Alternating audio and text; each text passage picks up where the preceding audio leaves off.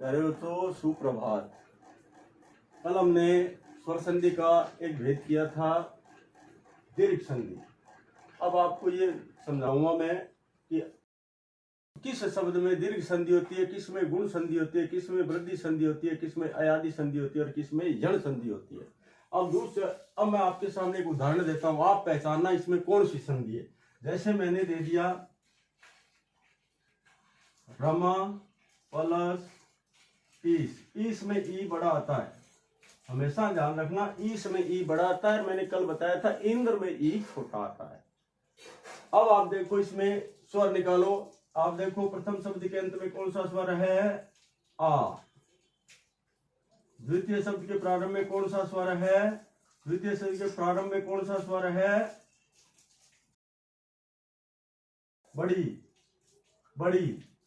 अब एक जैसे वर्ण नहीं है, तो इसका मतलब मैंने कल बताया था, एक जैसे वर्ण हो, समान स्वर हो या एक जैसे स्वर हो तो उसमें दीर्घ संधि होती है। अब इसमें देखो आप, एक जैसे स्वर नहीं है, एक जैसे स्वर नहीं है, तो कौन सी संधि नहीं है? दीर्घ संधि नहीं है। अब इन दोनों को देखो, इन दोनों को उच्चारण करेंगे हम, आ और ई दोनों को मेल करेंगे तो आ और ई मिलकर दीर्घ, मैंने बताया ना, दीर्घ को ही तोड़ा जाता है तो दीर्घ बनता है। जैसे क्या बन गया? ए बन गया। तो हमने किसको तोड़ा? ये रिपीट हो जाएगा, हमने किसको तोड़ा है? ए। अब इसमें से स्वर ये बच गया रम। क्या बच गया? रम। मैंने बताया था कल, स्वर निकल जाता है तो हलंत लग जाता है। प्लस ए प्लस लास्ट में क्या बचा? ई का स्वर निकला हुआ, इसका मेल हो गया ए, और लास्ट में बचा ये से बचा।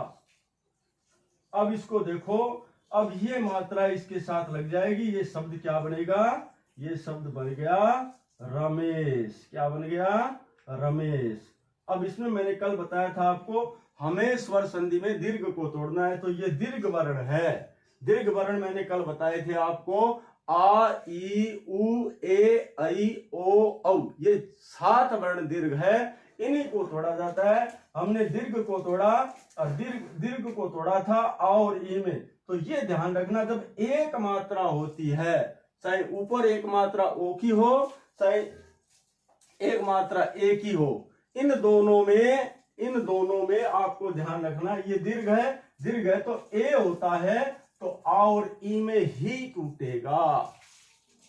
अब इसका संधि विच्छेद कैसे होगा, ये आपको चित्र आ गया होगा, ये रहा। संधि विच्छेद है, इसको जोड़ना आ गया, तो आ और ई मिला के आपने ये रमेश बना दिया। अभी समझ में नहीं आया तो नया उदाहरण देता हूं, देखो। महा प्लस उत्सव। प्रथम शब्द में से स्वर निकालो, आ। द्वितीय शब्द के प्रारंभ में स्वर उ। एक जैसे है क्या? एक जैसे नहीं है, तो कौन सी संधि नहीं है? दीर्घ संधि नहीं है। अब एक जैसे नहीं है तो दीर्घ संधि नहीं है, तो अब इसमें, अब ध्यान रखो, इन दोनों का उच्चारण करने पर क्या बनेगा? कौन सा वर्ण हमने तोड़ा है? आ और उ मिलकर, आ और ई मिलकर तो ए होता है एक मात्रा, आ और उ मिलकर ओ होता है एक मात्रा। ये देखो, एक आगे और एक ऊपर, ओ होता है, ओ को तोड़ा है। अब इसमें से स्वर निकल गया, इसमें बच गया क्या? मह बच गया। मह हलंत प्लस ओ प्लस तसव, ये लास्ट में बचा, इसको यहां लिख देंगे तसव। अब इसको जोड़ेंगे तो ये इसके साथ आ जाएगा, ये क्या बन गया? महोत्सव।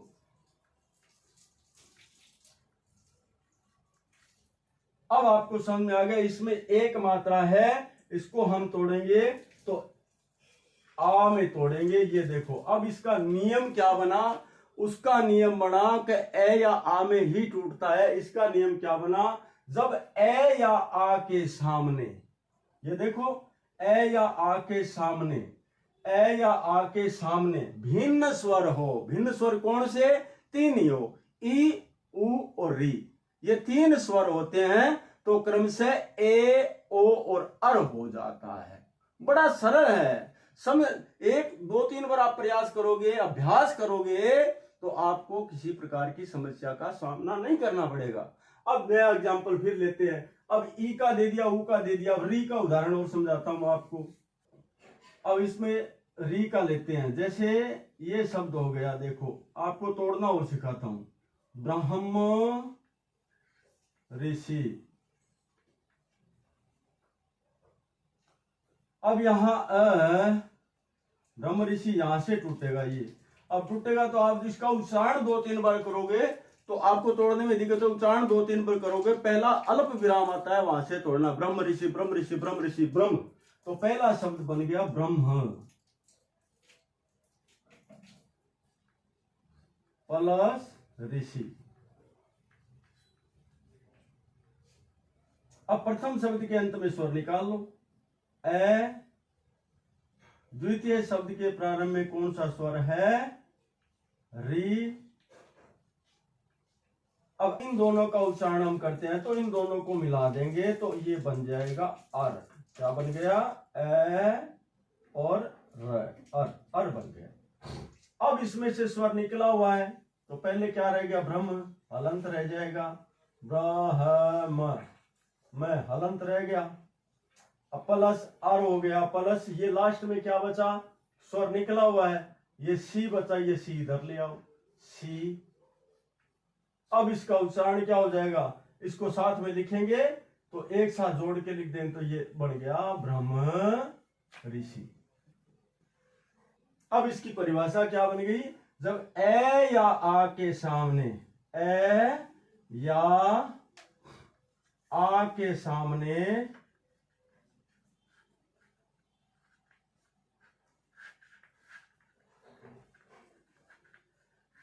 भिन्न स्वर, भिन्न स्वर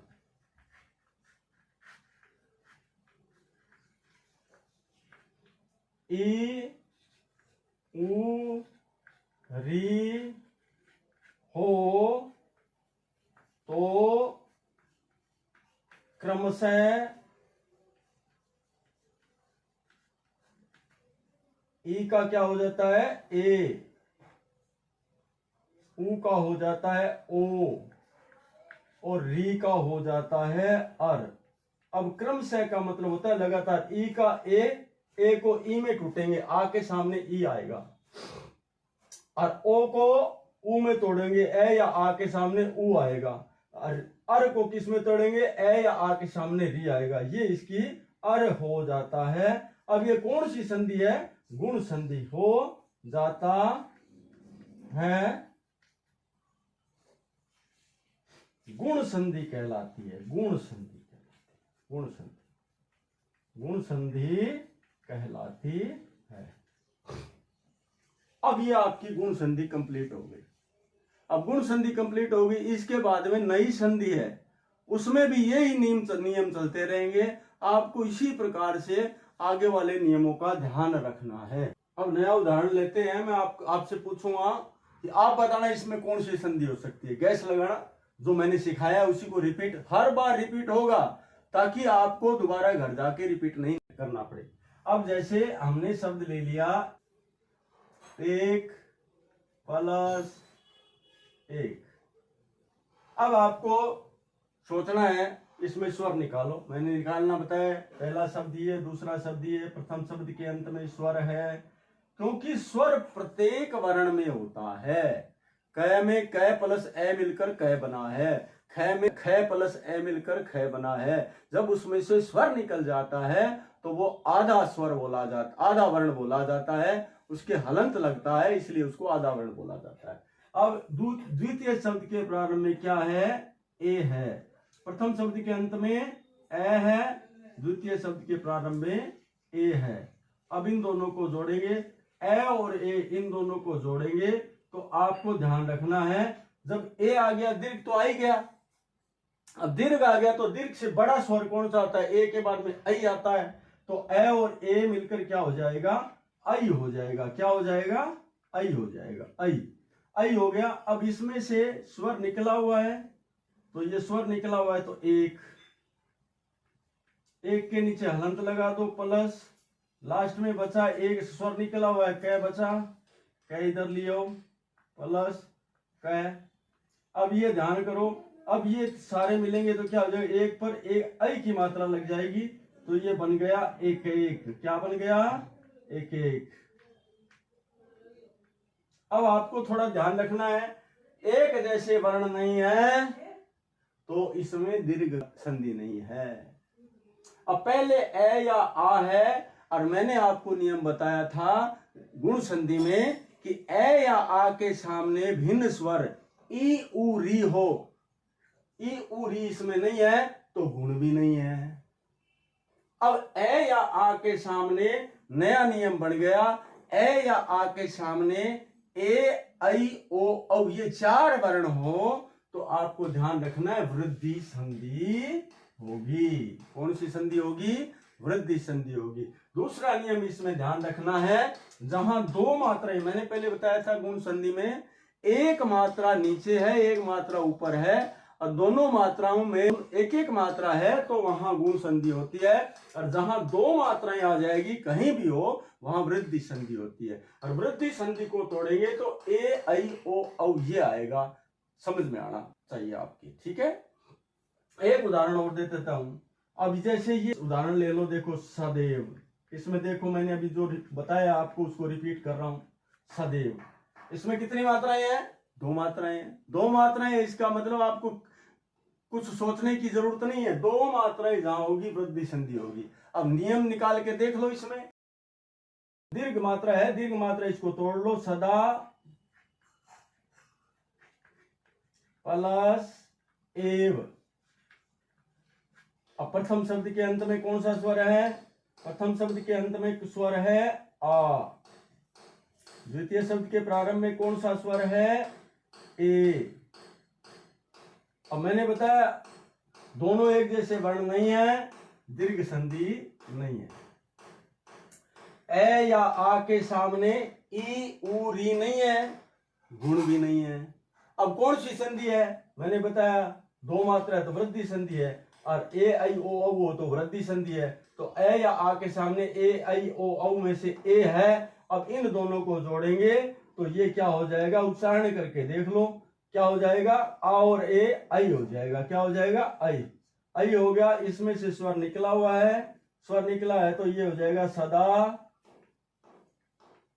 प्लस इसमें ए आ गया, ये दोनों वर्ण मिलकर ए बन गए। क्योंकि मैंने बताया था ना, एक मात्रा होती है ए, एक मात्रा होती है आई, दो मात्रा ए हो तो आई हो जाता है, ओ है तो औ हो जाता है। ये ध्यान रखना है आपको। अब आगे बचा वह यहां ले आए। अब इन सब को जोड़ दिया, सदा प्लस ए प्लस वह। अब इन सब को जोड़ेंगे तो ए की मात्रा होती है ये, ए की मात्रा में मात्रा नहीं होती, एक मात्रा होती है, और आई की मात्रा में दो मात्रा होती है, आपको पता है। तो आई की मात्रा हो जाएगी, ये क्या हो जाएगा? सदैव। सदैव का मतलब दो मात्रा आ जाएगी। ये मेरे हिसाब से मेरा पढ़ाया हुआ आपको पसंद आया होगा। लाइक और कमेंट करना। आपकी डिमांड बढ़ी, आपने सब्सक्राइब किया तो मैं आपको लाइव क्लास भी दूंगा, ताकि आपको हिंदी को सरल से सरल करके समझाने का प्रयास बहुत करूंगा। धन्यवाद।